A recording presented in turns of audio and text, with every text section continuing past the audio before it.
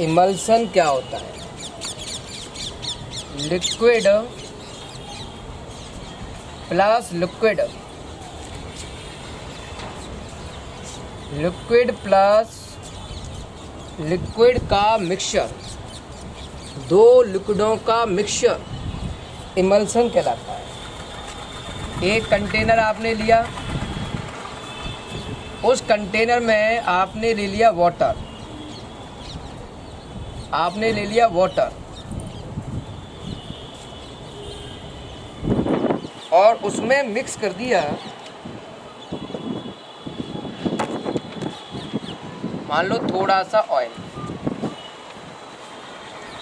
ये हो गया ऑयल, वाटर और ऑयल मिक्स हो गया, ये भी लिक्विड है और ये भी लिक्विड है, दोनों लिक्विडों का मिक्सचर इमल्सन कहलाता है। क्या कहलाता है? इमल्सन कहलाता है। इमल्सन दो तरह के होते हैं। इमल्सन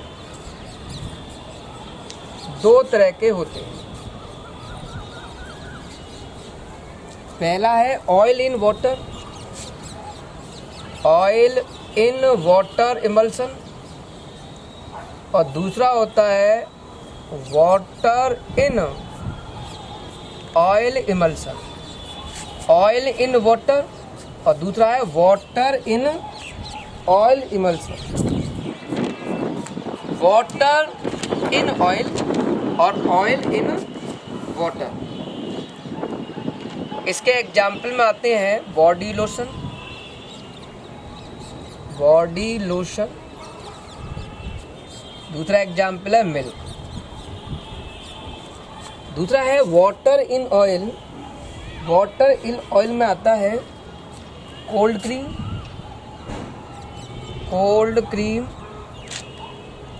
और दूसरा एग्जाम्पल है cod liver oil, cod liver oil, मछली के लीवर का ऑयल। ये दो एग्जाम्पल हो गए। अब थोड़ा डिटेल में समझते हैं। तो सबसे पहले हम लिखते हैं ऑयल इन वाटर और फिर एक्सप्लेन करेंगे वाटर इन ऑयल। पहला है इमल्सन में oil in water, oil in water emulsion. आप एक कंटेनर ले लो, कंटेनर में वाटर ज़्यादा लेना है। ध्यान सुनना, जो पहले लिखा है वो डीपी होता है और जो बाद में लिखा है वो होता है डीएम। ये लार्ज अमाउंट में होगा, लार्ज अमाउंट, ओके। और ये होता है स्मॉल अमाउंट में, स्मॉल अमाउंट में होगा।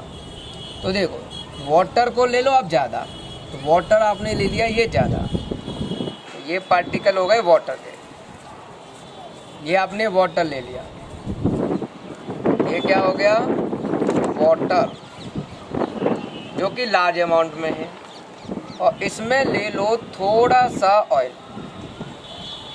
ये आपने ले लिया थोड़ा सा ऑयल ले लिया, तो ये कहलाएगा डीपी और लार्ज अमाउंट में कहलाएगा डीएम। तो डीपी कम है, ऑयल कम है, वाटर ज़्यादा है, तो इसे बोलेंगे oil in water, oil in water. एक होता है वाटर इन ऑयल, दूसरा एग्जाम्पल हमारे पास वाटर इन ऑयल टाइप।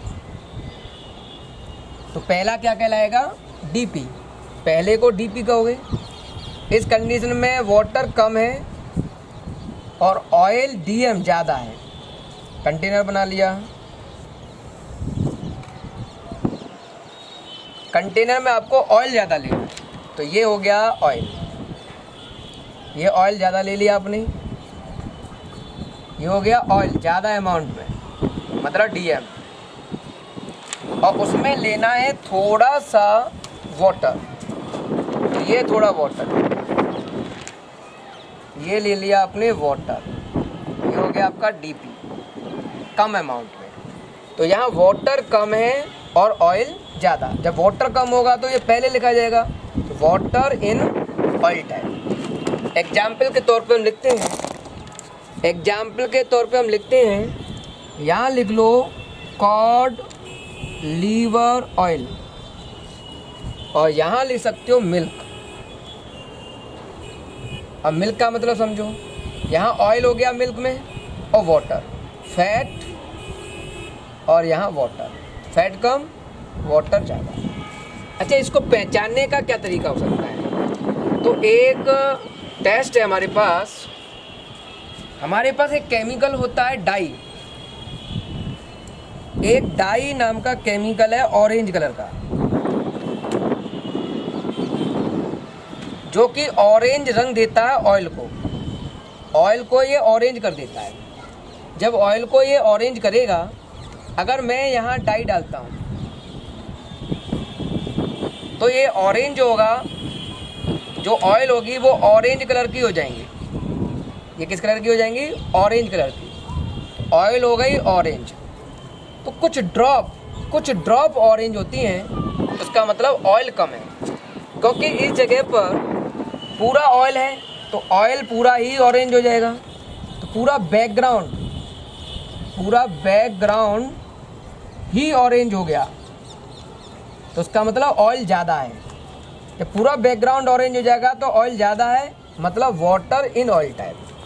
और कुछ ड्रॉप ही ऑरेंज होती हैं, तो उसका मतलब है ऑयल कम है वाटर ज़्यादा है, तो उसे बोलेंगे ऑयल इन वाटर टाइप। एक पॉइंट और ध्यान रखना है आपको, लाना पेन। एक पॉइंट और ध्यान रखना है आपको, वो ये, इसमें वाटर ज़्यादा है।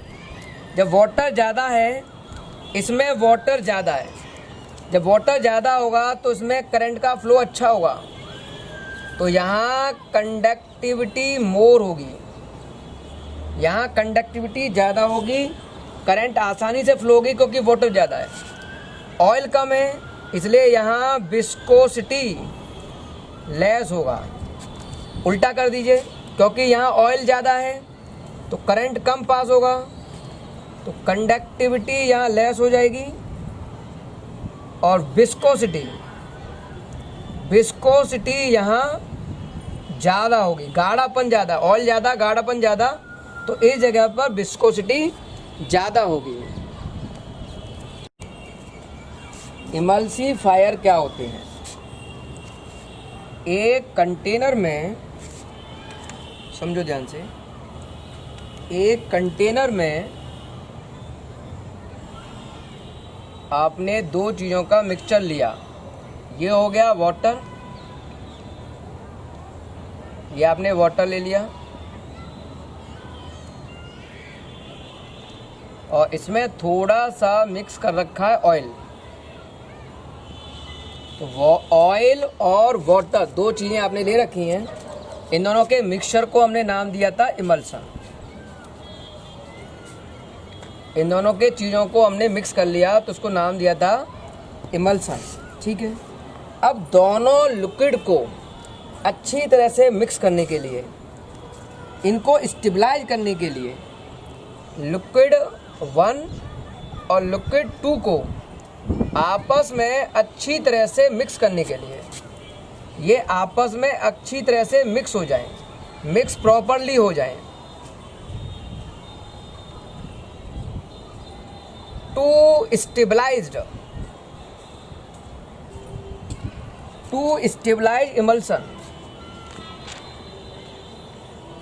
इमल्सन स्टेबलाइज हो जाए, मतलब दोनों लिक्विड आपस में मिक्स हो जाएं, फिर एक दूसरे से सेपरेट ना हो, आपस में अच्छी तरह से इनका इमल्सन बन जाए, स्टेबलाइज हो जाएं। तो इन दोनों को अच्छी तरह से आपस में मिक्स करने के लिए एक केमिकल की ज़रूरत होगी, जिसको हम नाम दे रहे हैं इमल्सिफायर। उस केमिकल का नाम हमने रखा है इमल्सिफायर। कौन कौन से केमिकल यूज हो सकते हैं? जिलेटिन, गम, अगर अगर ये सब जिलेटिन हुआ, गम हुआ, अगर अगर हुआ, ये बहुत ही अच्छे इमल्सिफायर होते हैं। प्रोटीन्स है, ये भी अच्छा इमल्सिफायर होता है। जैसे हमें आइसक्रीम बनानी है, हमको मिल्क को जमा के आइसक्रीम बनानी है, तो घर पर आइसक्रीम बनती है बहुत ही हार्ड आइसक्रीम बनती है। क्यों? क्योंकि मिल्क में प्रेजेंट वाटर के मॉलिक्यूल्स आपस में बनाते हैं हाइड्रोजन बॉन्डिंग, और हाइड्रोजन बॉन्डिंग की वजह से वो लिक्विड बहुत ही स्ट्रॉन्ग आइस में कन्वर्ट होता है, सॉलिड में कन्वर्ट होता है, इसलिए वो आइस हार्ड हो गई, आइसक्रीम हार्ड हो गई। लेकिन अगर आप इसमें मिला दोगे जिलेटिन या मिला दोगे अगर अगर, जो कि है बहुत ही अच्छा इमल्सिफायर, तो ये इमल्सिफायर की तरह काम करेगा, दोनों लिक्विड को अच्छी तरह से मिक्स कर देगा। और सबसे बड़ी बात, ये हाइड्रोजन बॉन्डिंग को नहीं बनने देगा, ये हाइड्रोजन बॉन्डिंग को बनने ही नहीं देगा। हाइड्रोजन बॉन्डिंग नहीं बनेगी तो आइस फॉर्म नहीं बनेगी, आइस के पार्टिकल नहीं बनेंगे तो आइसक्रीम सॉफ्ट हो जाएगी। तो आइसक्रीम बनाते समय जिलेटिन और अगर अगर हाइड्रोजन बॉन्डिंग नहीं बनने देता है, और जिलेटिन बहुत ही अच्छा इमल्सिफायर की तरह काम करता है। इसका काम है इस ऑयल को और इस वाटर को अच्छी तरह से मिक्स कराना और उस इमल्सन को स्टेबलाइज करना। जब वो स्टेबलाइज हो जाएगा, मिक्स हो जाएगा, तो ये इमल्सन अच्छा बन जाएगा और आइसक्रीम सॉफ्ट बन जाती है। तो ये सब है इमल्सिफायर के एग्जाम्पल। एक होता है डी इमल्सिफायर, एक होता है डी इमल्सिफायर। डी इमल्सिफायर, अगर आपने दो लिक्विड प्लस लिक्विड मिक्स कर दिए हैं, मतलब आपने उसे बदल दिया है इमल्सन में। अब कोई चाहता है कि इमल्सन से दोनों लिक्विडों को सेपरेट किया जा सके। पहले आपने दो लिक्विड मिक्स किए, कहलाया इमल्सन। अब आप चाहते हो कि इमल्सन में से दोनों लिक्विड को सेपरेट कर दिया जाए, टू सेपरेट बोथ लिक्विड। आप चाहते हो दोनों लिक्विडों को अलग कर दिया जाए, डीपी फॉर्म को अलग कर दिया जाए और डीएम फॉर्म को अलग कर दिया जाए, दोनों लिक्विडों को अलग कर दिया जाए।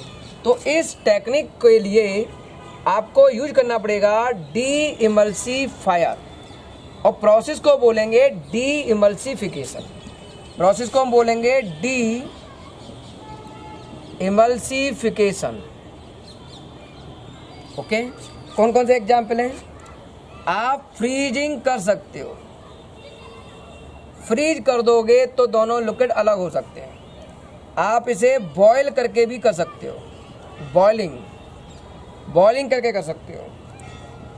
सेंट्रीफ्यूगेशन एक मेथड होता है, सेंट्रीफ्यूगेशन मतलब एक चक्की सी आती है, उसमें गोल गोल घुमाते हैं, जैसे दूध वाले मिल्क वाले दे गए मिल्क, और फिर जो डेयरी वाला होता है वो उसमें एक इस तरह से ट्यूब होती है, उसमें मिल्क ले लेता है, उसमें थोड़ा सा केमिकल मिक्स करता है और उसके बाद उसे गोल गोल घुमा देता है।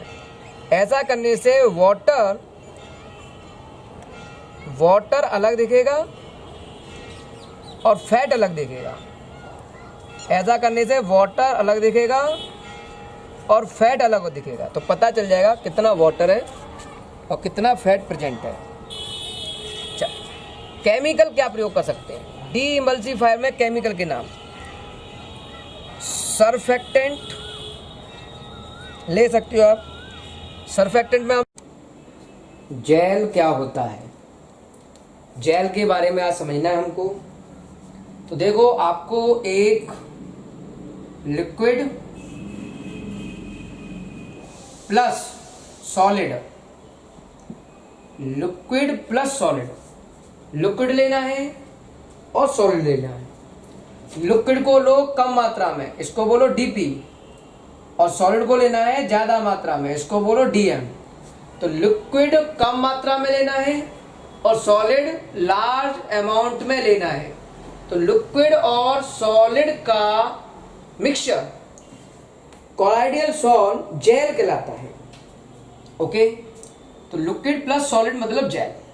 अब हम बात करते हैं, कोई सॉल्ट दिया है हमारे पास, सॉल्ट मतलब कॉलाइडियल सॉल्ट, उसे हमने कूल करना शुरू कर दिया, ठंडा करना शुरू कर दिया, तो ये लिक्विड फॉर्म में है। और जैसे ही इसे ठंडा किया तो ये कन्वर्ट हो गया सेमी सॉलिड में, कन्वर्ट हुआ सेमी सॉलिड में। तो सॉल्ट को कूल करने पर सेमी सॉलिड प्राप्त होता है। इस सेमी सॉलिड को बोलते हैं जेल। सॉल्ट से, जो कि लिक्विड फॉर्म है, उससे सेमी सॉलिड बनाना जिलेशन कहलाता है। प्रोसेस का नाम होता है जिलेशन। तो सॉल्ट से सेमी सॉलिड बनाने को बोलते हैं जिलेशन। ओके, अब जेल के दो टाइप हैं, जेल के दो टाइप हैं। पहला है इलास्टिक जेल, इलास्टिक जेल, और दूसरा होता है नॉन इलास्टिक जेल। पहला है इलास्टिक जेल और दूसरा होता है non elastic gel. Okay, elastic gel का मतलब इसके अंदर इलास्टिसिटी की प्रॉपर्टी होती है। इलास्टिक जेल का नाम से क्लियर है, इसके अंदर इलास्टिसिटी की प्रॉपर्टी होती है। इलास्टिसिटी का मतलब है जैसे रबर को हम खींचते हैं तो वो फ्लेक्सिबल होता है, तो इलास्टिक जेल भी फ्लेक्सिबल होता है। इसके एग्जाम्पल में आता है जिलेटिन, स्टार्च, अगर जिलेटिन, स्टार्च, अगर ये इलास्टिक जेल में आता है। दूसरा होता है non elastic gel. Non elastic gel में इलास्टिसिटी की प्रॉपर्टी नहीं होती, ये बहुत ज्यादा रिजिड होता है, बहुत ज्यादा रिजिड, ठोस होता है, इलास्टिक नहीं होता है। और इसके अंदर एग्जाम्पल में आता है silica gel, silica gel. Okay, एक प्रॉपर्टी और समझनी है, जो जेल होते हैं उनके अंदर ये प्रॉपर्टी होती है कि ये वाटर को एब्जॉर्ब कर लेता है। मान लो ये है आपका जेल, ये जेल मटेरियल है, इसकी विशेषता होती है, प्रॉपर्टी होती है कि ये वाटर के मॉलिक्यूल को एब्जॉर्ब कर लेता है अपने अंदर। और जेल वाटर को एब्जॉर्ब करेगा तो ये स्वेल हो जाएगा। वाटर इसमें अंदर आता गया, वाटर इसमें अंदर आता जाएगा तो ये स्वेल होता जाएगा, बड़ा होता जाएगा, तो स्वेल हो सकता है। वाटर अंदर आने की इस प्रोसेस को हम बोलते हैं इम्बिशन। क्या बोलते हैं? इम्बिशन प्रोसेस।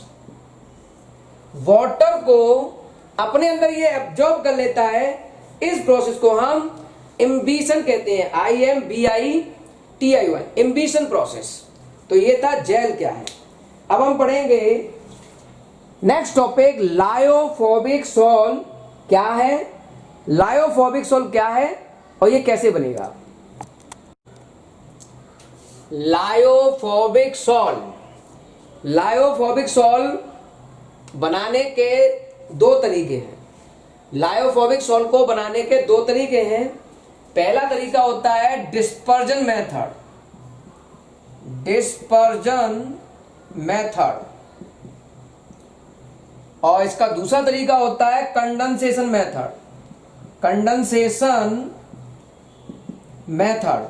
दो मेथड होते हैं, पहला है डिस्पर्जन मेथड और दूसरा होता है इसका कंडेंसेशन मेथड। जो कंडेंसेशन मेथड होता है वो एक्चुअल में केमिकल मेथड है, ये केमिकल मेथड होता है। ओके, डिस्पर्जन मेथड में तीन तरीके आते हैं।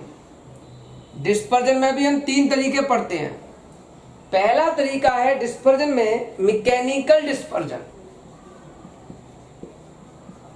Mechanical dispersion, okay. सेकंड तरीका है इसका डिस्पर्जन मेथड का, सेकंड तरीका है Bredig arc method. Bredig arc method,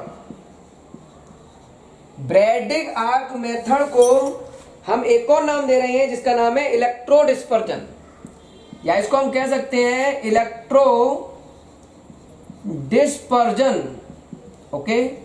और तीसरा तरीका होता है इसका, समझो ध्यान से इसको, पेप्टाइजेशन। तीसरा तरीका होता है पेप्टाइजेशन। तो तीन तरीके से डिस्पर्जन मेथड के थ्रू लायोफोबिक सॉल्ट बनता है। कंडेंसेशन मेथड क्या है? एक केमिकल मेथड है, केमिकल रिएक्शन के थ्रू हमको बनाना होता है लायोफोबिक सॉल्ट। तो सबसे पहले हम पढ़ेंगे लायोफोबिक सॉल्ट का क्या मतलब है, डिस्पर्जन का क्या मतलब होता है, और फिर ये तीन तरीके क्या होंगे।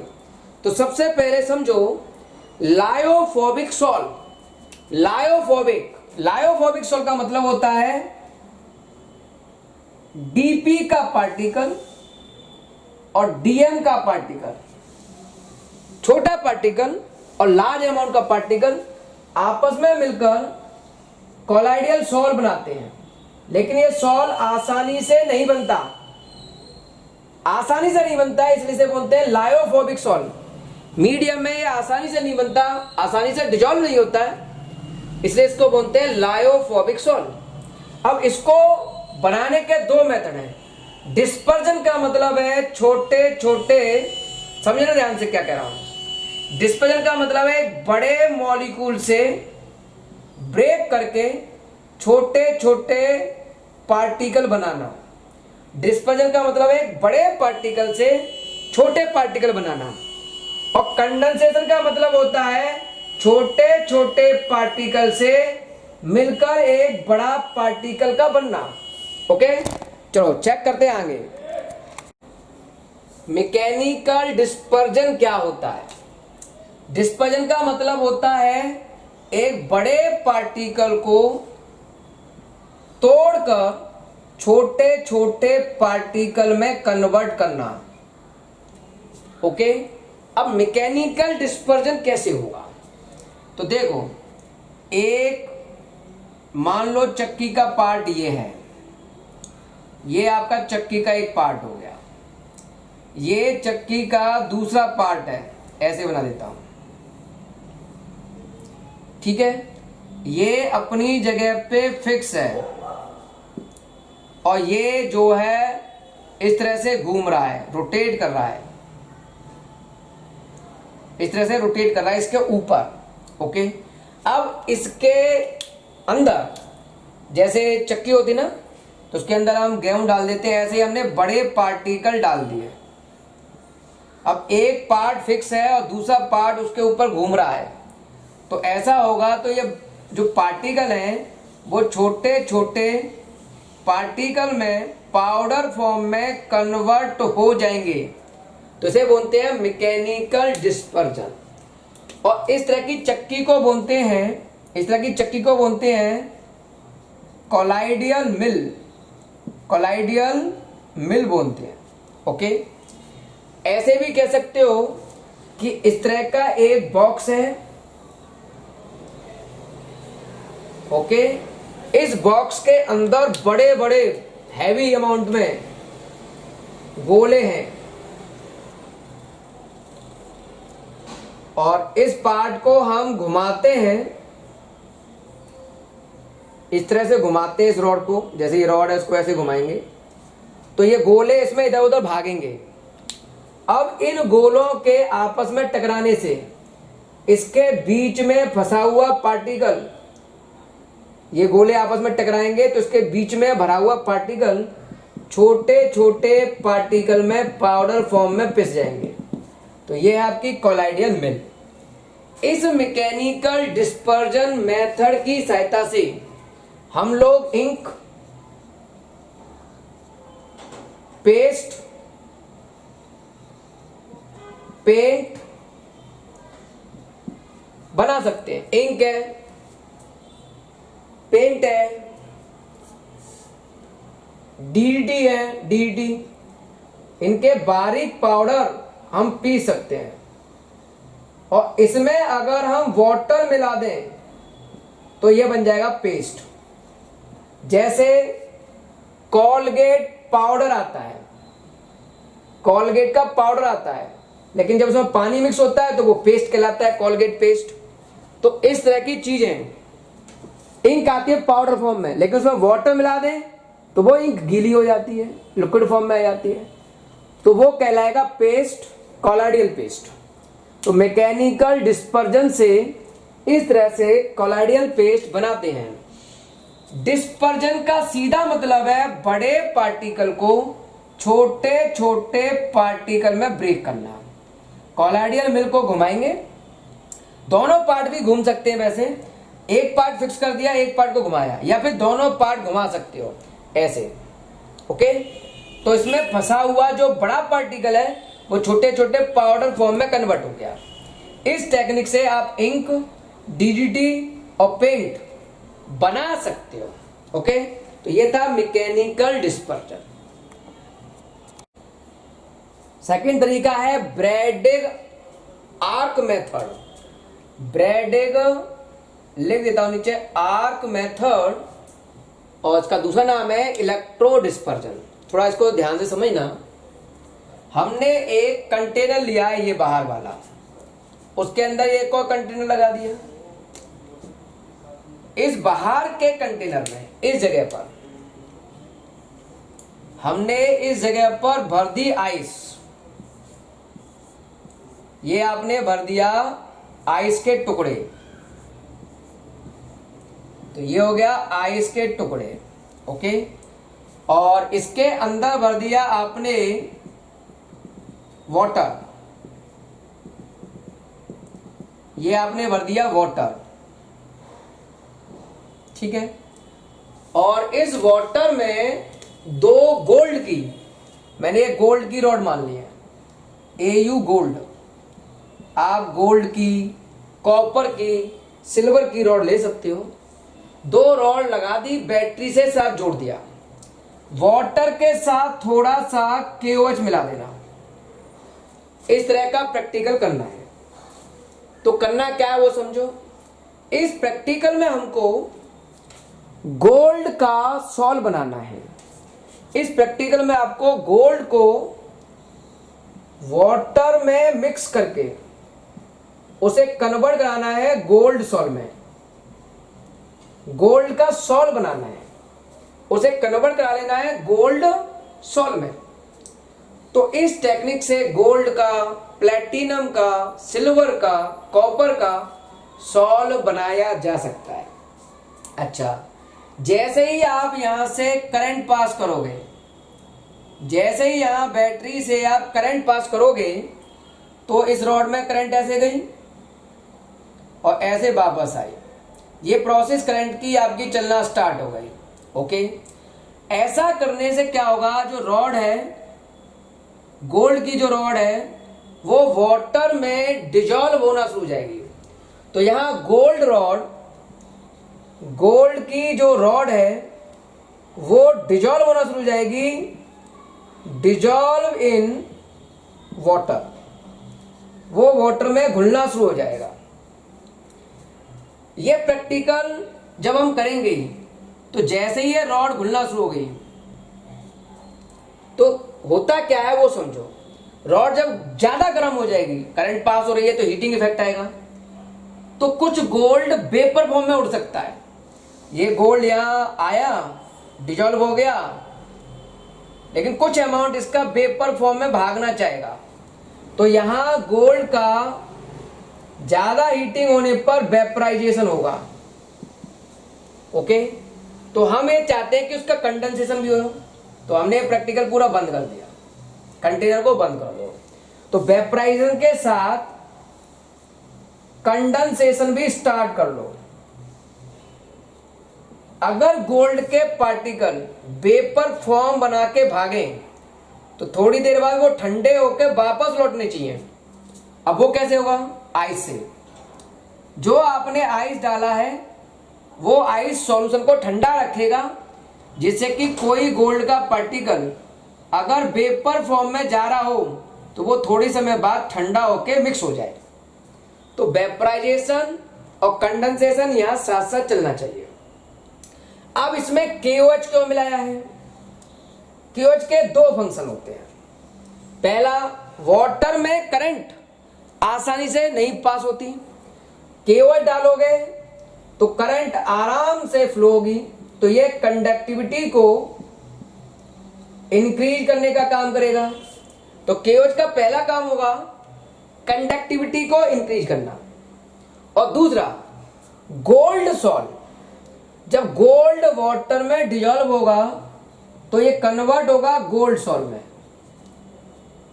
कहीं द्वारा से गोल्ड निकल के बाहर ना हो जाए, इसे रोकेगा KOH। तो KOH का दूसरा काम है टू स्टेबलाइज्ड सॉल्ट। ये गोल्ड सॉल्ट को स्टेबलाइज करेगा। गोल्ड सॉल्ट में से गोल्ड को वापस रिमूव होने को रोकेगा, मतलब गोल्ड सेपरेट ना हो जाए, फिजिकली अलग ना हो जाए पानी से, उसे ये रोकेगा। तो KOH के दो काम है, कंडक्टिविटी इंक्रीज करना और टू स्टेबलाइज द सॉल्ट, और सॉल्ट की स्टेबिलिटी को बढ़ाना। इस पूरे टेक्निक को हम ब्रैडिग आर्क मेथड कहते हैं। ओके, दोबारा समझ लो। यहां बैटरी से करंट पास की, गोल्ड रॉड डिजॉल्व होना शुरू हो गई पानी में, तो गोल्ड सॉल्ट बनेगा। ज्यादा हीटअप होने से लगातार करंट पास होगी तो हीटअप होगा वायर, तो कुछ गोल्ड वेपर फॉर्म में भागेंगे, तो उसको ठंडा करना जरूरी है, कंडेंसेशन करना जरूरी है। तो किससे करेंगे? आइस से। ओके, वाटर के साथ मिक्स किया KOH। KOH के दो काम होंगे, कंडक्टिविटी को बढ़ाना और सॉल्ट को स्टेबलाइज करना। सॉल्ट को स्टेबलाइज करना। पेप्टाइजेशन प्रोसेस, लायोफोबिक सॉल्ट को बनाने का एक और तरीका है पेप्टाइजेशन। थोड़ा इसके बारे में ढंग से समझो क्या होता है ये। मान लो आपके पास एक फ्रेशली प्रिपेयर्ड PPT है। PPT क्या होता है वो समझो पहले। एक कंटेनर में मान लो आपने वाटर भर दिया, तो ये हो गया वाटर, और उसमें मिक्स कर दी थोड़ी सी चौक। ये चौक आपने इसमें घोल दी तो इसमें घुल गई।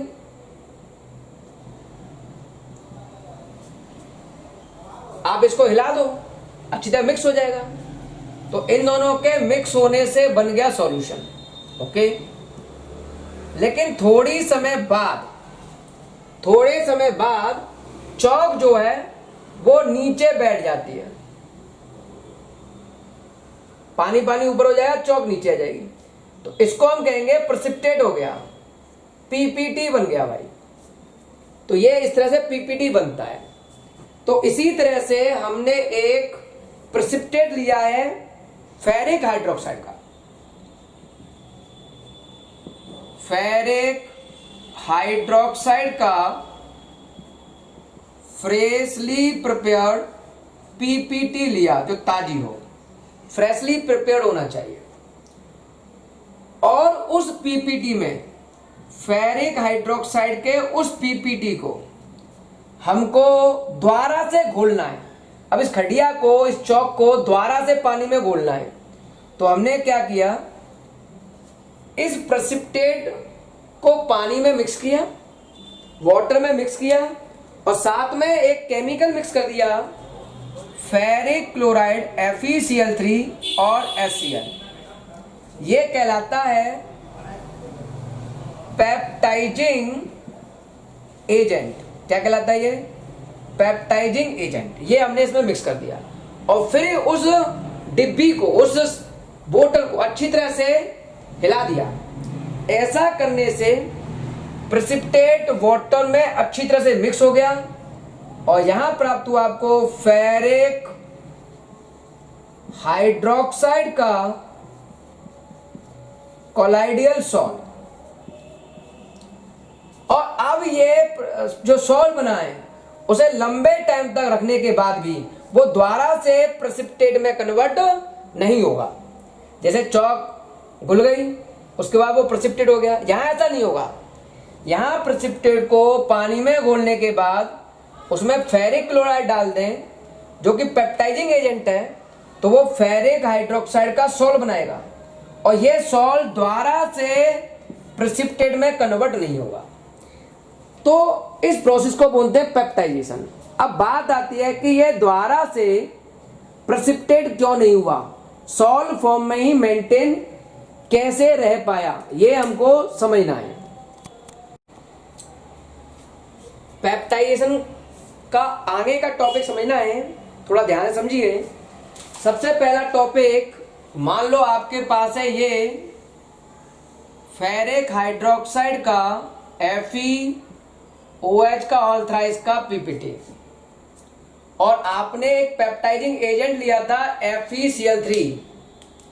आपने एक पेप्टाइजिंग एजेंट लिया था FeCl3, ये +3 चार्ज है और क्लोरीन पर माइनस चार्ज।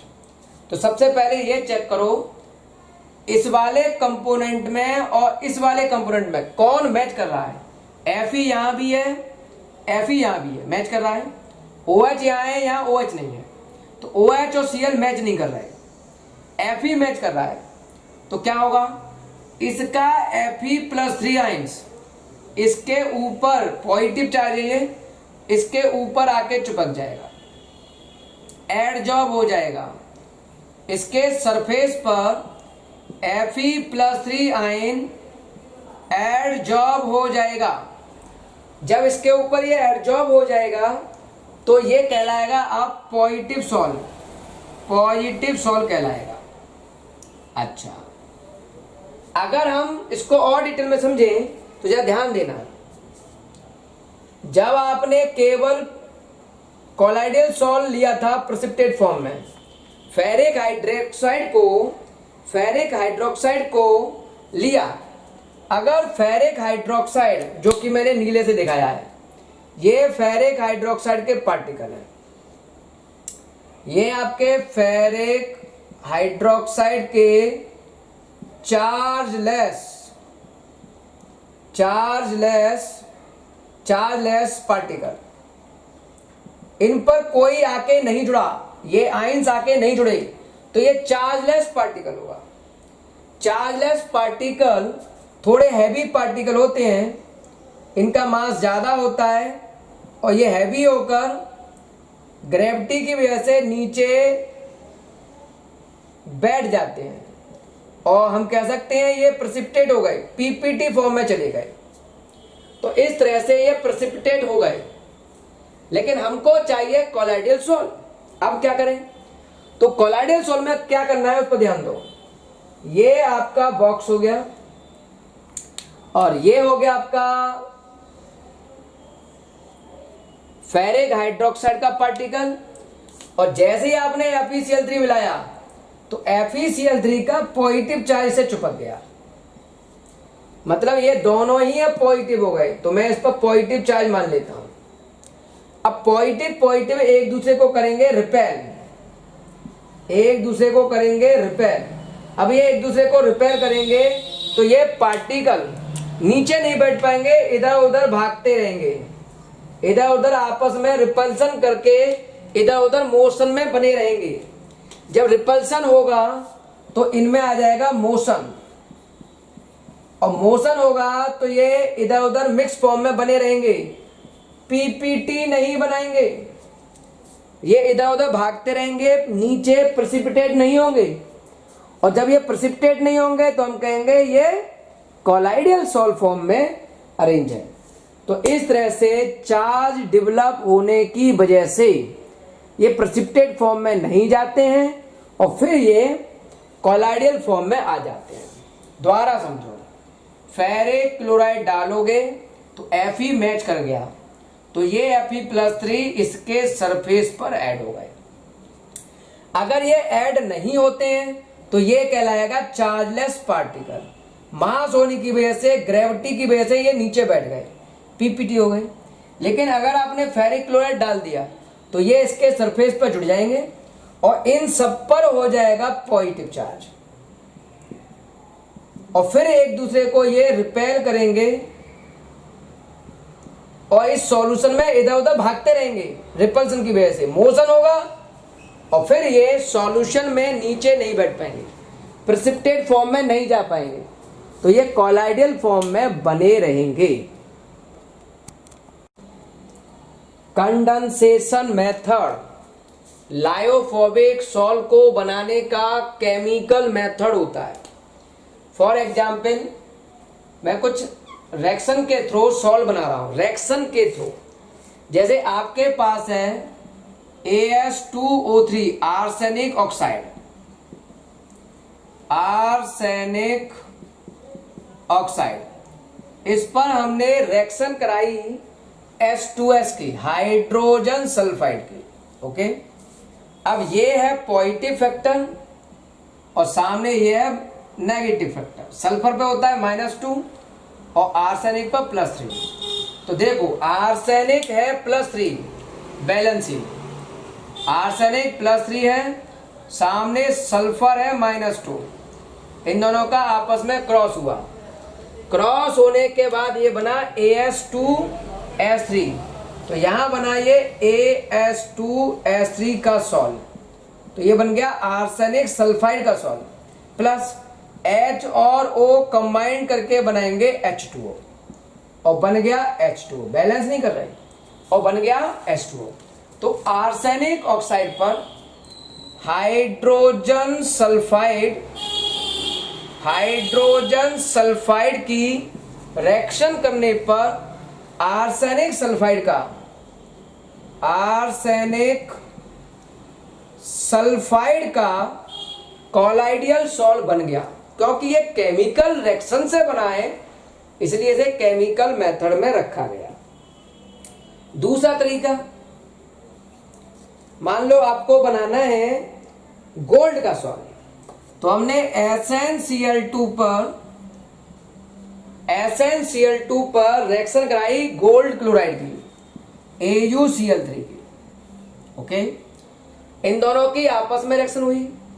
ध्यान रखना SnCl2 हमेशा कन्वर्ट होता है SnCl4 में, तो इससे कुछ क्लोरीन इसने ली और कन्वर्ट हो गया SnCl4 में, और गोल्ड इसमें से अलग हो गया। तो इस तरह से इन दोनों की रिएक्शन से गोल्ड सॉल्ट प्राप्त हुआ। कोई पूछे केमिकल मेथड बताओ गोल्ड सॉल्ट बनाने का, तो हम ये रिएक्शन लिख देंगे। बाद में से आप बैलेंस कर सकते हो।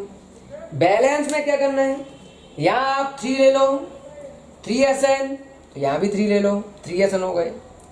यहां गोल्ड ले लो 2, Au 2 है तो यहां 2 कर दो। अब चेक करो, क्लोरीन है यहां 6 और 6 12, और ये को 4 × 3 12, बैलेंस हो गया। तो इन दोनों की आपस में रिएक्शन करने से गोल्ड सॉल्ट प्राप्त हुआ। एक केमिकल मेथड है, केमिकल तरीके से सॉल्ट बनाने का तरीका। थर्ड तरीका समझो, हमने H2S लिया, हाइड्रोजन सल्फाइड, उस पर रिएक्शन कराई ऑक्सीजन की, हाइड्रोजन सल्फाइड पर ऑक्सीजन की रिएक्शन कराई, तो रिएक्शन होने के बाद H कन्वर्ट हुआ O2 के साथ मिलकर H2O में, और सल्फाइड आयन से बन गया सल्फर। तो इस तरह से इन दोनों की रिएक्शन करने से सल्फर का कॉलाइडियल सॉल्ट बन के तैयार हुआ। अगर आप बैलेंस करने की बात करते हो तो यहां लो 2, बैलेंस करके देख लेना, सल्फर 2 हो गए, यहां सल्फर 2 ले गए, 2S हो गया, और हाइड्रोजन है 4 या ऑक्सीजन 2, 2S2, ये बैलेंस हो गया। तो इस तरह से सल्फर का कॉलाइडियल सॉल्ट बनाया जा सकता है। ओके, अब आ जाइए आप फेरिक क्लोराइड, फोर्थ तरीका, फेरिक क्लोराइड पर वाटर की रिएक्शन कराएंगे हम। तो देखो Fe पर है +3 चार्ज और सामने OH पर है -1 चार्ज, क्रॉस Fe1 और OH का होल थ्राइस Fe1OH का ऑल्ट्राइज बन गया, प्लस H और Cl कंबाइन करेगा तो बनेगा HCl। तो फेरिक क्लोराइड से फेरिक हाइड्रोक्साइड का सॉल्ट बनाया जा सकता है। ओके, ये आपके 3OH हैं, यहाँ 3 कर दो और यहाँ 3 कर दो। तो फेरिक क्लोराइड से फेरिक हाइड्रोक्साइड का कॉलाइडियल सॉल्ट बनाया जा सकता है।